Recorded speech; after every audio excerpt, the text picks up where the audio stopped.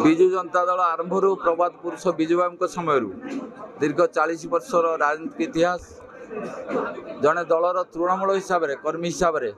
ये दलर मु नेतृत्व पाई धन्यवाद देवी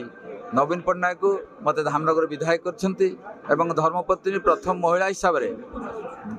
भद्रक जिले में से सांसद हो पार्टी किंतु किसी कुचक्री कौन कारण न थाई दल को विभाजन करने भद्रक जिलार संगठन को धूलिसात करने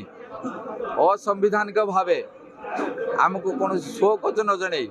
दल निलंबन करवा आम प्रति जी दुखदायक श्रीजुक्त जगन्नाथ स्वाई ये दल को नेतृत्व दौले लगातार भाव 3 थर से सभापति होती सभापति थाई केतबेले सभापति अपसारण करागला नुआ सभापति केतबेले नियुक्त करागला कौन दलीय कर्मी कि जिला स्तर नेतृत्व सहित आलोचना करा नहीं बड़ दुखर कथा आज समग्र विजु जनता दल कर्मी नेतृत्व पंचायत प्रतिनिधि समवाय प्रतिनिधि समस्त मन में एक कुठार आघात देती समस्त निष्पत्ति नहीं सारे जे भद्रक विजु जनता दल आग को जापर ना एम नेतृत्व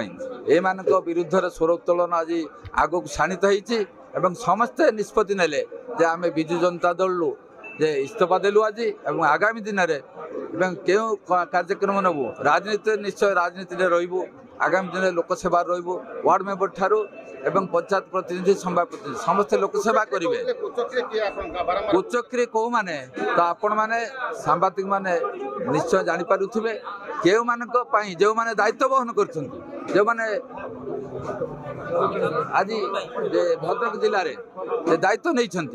से आज भद्रक विजु जनता दल धूलिसात है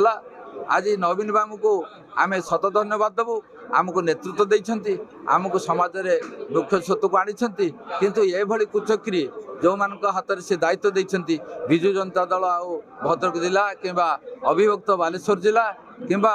भद्रक संसदीय क्षेत्र में पूरा आगामी दिन में धूलिसात हो